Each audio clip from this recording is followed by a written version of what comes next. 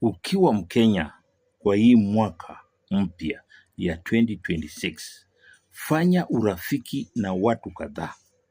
Make sure kwa marafiki yako uko na rafiki mmoja ambayo ni auctioneer. Utafaulu.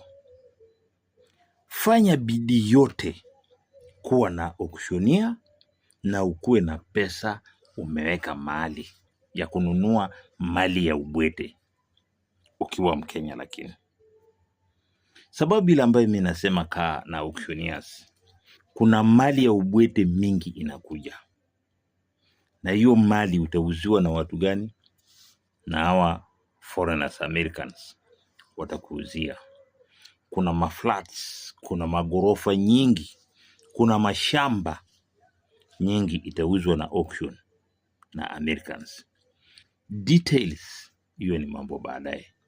Ninakwambia wewe kaa tayari na pesa yako, ongojea tu magorofa ya bei ya chini, mashamba ya bei ya chini, na unauziwa na nani?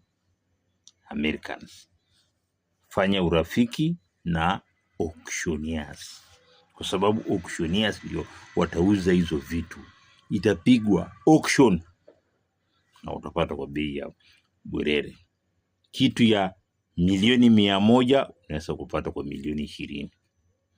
Kitu ya milioni 80 unaweza kupata kwa milioni 10.